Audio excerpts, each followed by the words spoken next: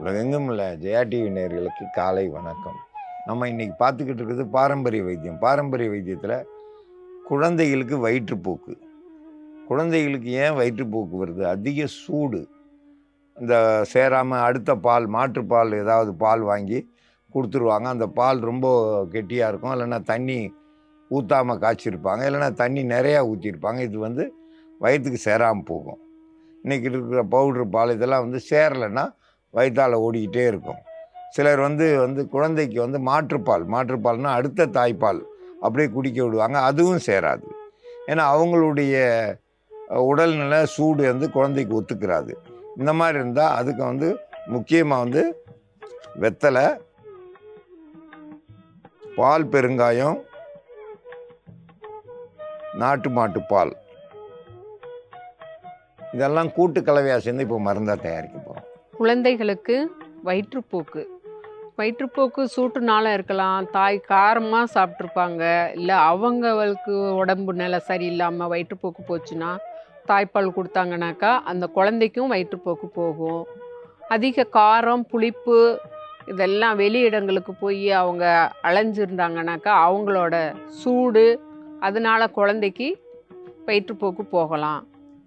அந்த கீரை, கத்தரிக்காய் அதெல்லாம் சாப்பிட்டாங்கனாக்கா தாய்க்கு போகாது, குழந்தைக்கு கண்டிப்பாக வயிற்றுப்போக்கு போகும். அதனால் குழந்தை வச்சுருக்கிறவங்க கீரை வகைகள் சாப்பிட்றத ஆற வச்சு சாப்பிடுங்க, சூடாக சாப்பிட வேண்டாம். அதே மாதிரி கத்தரிக்காய் அந்த புளிக்குழம்பு சாம்பாரில் போட்டது அப்படி சாப்பிட்டிங்கனாலும் அந்த குழந்தைக்கு திரள் திரளாக பச்சை பச்சையாக போகும்.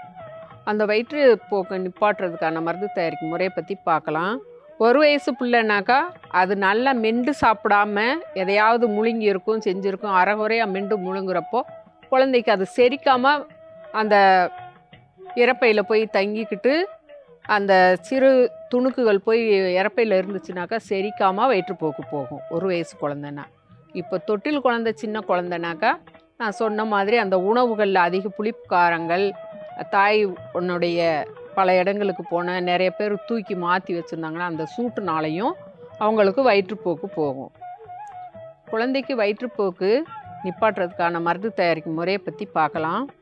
வெற்றிலையினுடைய காம்பு, இப்போ இது கூட குளிர்ச்சித்தன்மையை உண்டு பண்ணி நல்லா உள்ளுக்க இருக்கிற சாப்பிட்ருக்கிற அந்த பால், புளிச்ச பாலாக இருந்தாலும் செஞ்சாலும் திரள் திரளாக வெளியே போய்கிட்டு இருக்கும். அந்த சூட்டை மலத்தை வெளித்தள்ளி கொண்டு வரக்கூடியது. கழிவுகளை வெளியே வந்துருச்சுனாலுமே குழந்தைக்கு வயிறு வலிக்காது. அந்த மலம்ன்றது கசடு இல்லாமல் வெளியே வந்துருச்சுனாக்கா முழுதும் அந்த வயிற்றுப்போக்குன்றது போகாது, சமச்சீர் நிலைக்கு கொண்டு வந்துடும். பால் பெருங்காயம் கொஞ்சமாக எடுத்துக்கிறணும். இதையும் இந்த இதில் போட்டு இப்போது ஒரு நாட்டு மாட்டு பால்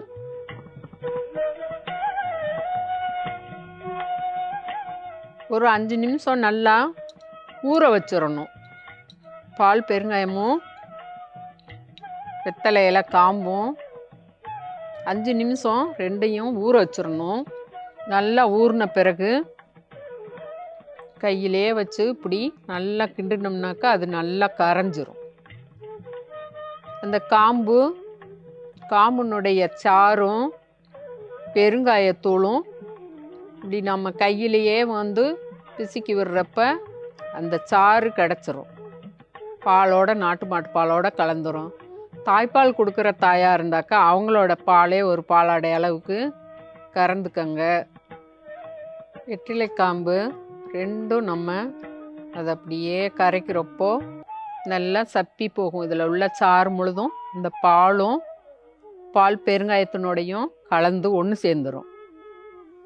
இதை நல்லா தனியாக எடுத்து வச்சுட்டு குழந்தைக்கு உள்ளுக்குள்ளே கொடுத்து விட்டிங்கனாக்கா வலிச்சு தனியாக பச்சை பச்சையாக போய் வயிற்றுப்போக்கு போய்கிட்டு இருந்தாலும் அது ஒரு 5 நிமிஷத்தில் நின்றும். குழந்தை அதுக்கப்புறம் நல்லா இடுப்பு வரைக்கும் ஒரே வெந்நீராக வச்சு கழுவி விட்டுட்டிங்கனாக்கா அழகாக வயிற்றுக்கடுப்பும் வயிற்றாலையும் போயிடும். குழந்தை அதுக்கப்புறம் நல்லா தூங்கும். குழந்தைக்கு வயிற்றுப்போக்கு, வெற்றிலையினுடைய காம்பு, பால் பெருங்காயம், நாட்டு மாட்டு பால் இது எல்லாம் கூட்டு கலவையாக சேர்ந்து மருந்தாக தயாரிச்சிருக்கோம். இது அப்படியே குழந்தைக்கு வாய்க்குள்ள கொடுத்தோம்னா கொடுத்த 5வது நிமிஷத்துக்குள்ளே வயிற்றுப்போக்கு சரியாயிடும். வயிற்றுப்போக்கு சரியாயிடுச்சுனாலே குழந்தைக்கு அந்த அழுகை நின்றும், அந்த கஷ்டங்கள் போயிடும். குழந்தை வயிற்றுப்போக்குக்கு இது ஒரு சிறந்த மருந்து. இந்த மருந்தை பயன்படுத்தி பயன்பெற வேண்டும் என்று கேட்டுக்கொள்கிறேன்.